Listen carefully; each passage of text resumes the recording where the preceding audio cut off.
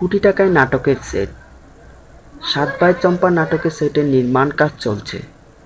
এফডিসির জসিম ফ্লোরে এখন হঠাৎ কেউ এলে ভাবতে পারেন কোনো রাজপ্রাসাদে ঢুকে গেলাম না তো।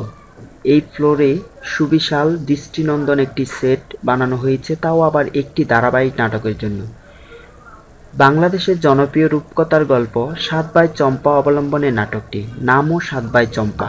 নাটকের বাজেট নেই, কম বাজেটের কারণে ভালো নাটক হচ্ছে না, নাটকের কম বাজেটের কারণে দর্শক মুখ ফিরিয়ে নিচ্ছেন, এসব এখন পুরনো অভিযোগ অন্তত এই নাটকটির জন্য।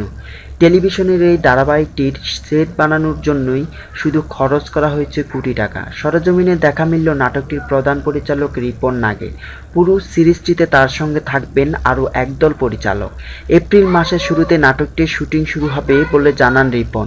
রূপকথার গল্প অবলম্বনে ঝকঝকে তকতকে সেটে তৈরি হবে সাত ভাই চম্পা। প্রচারিত হবে চ্যানেল আই।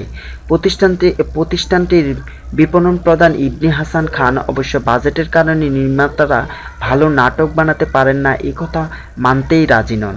বললেন, আমরা দেখেছি একই বাজেটে কেউ অনেক ভালো নাটক বানিয়েছেন, আবার কেউ সবচেয়ে বাজে নাটক।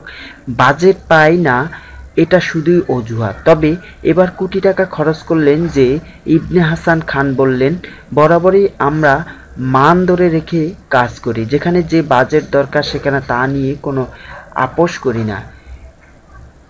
কোটি টাকা এই নাটকের সেট বানানোর ক্ষেত্রে অনেক বিষয় কাজ করেছে। নাটকটি প্রচারিত হলে দর্শকেরা তা বুঝবেন।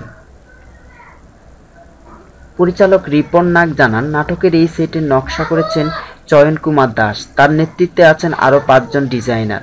মাস দুয়েক ধরে এই সেটের নির্মাণ কাজ চলছে। পুরো কাজ শেষ হবে এই মাসের শেষে।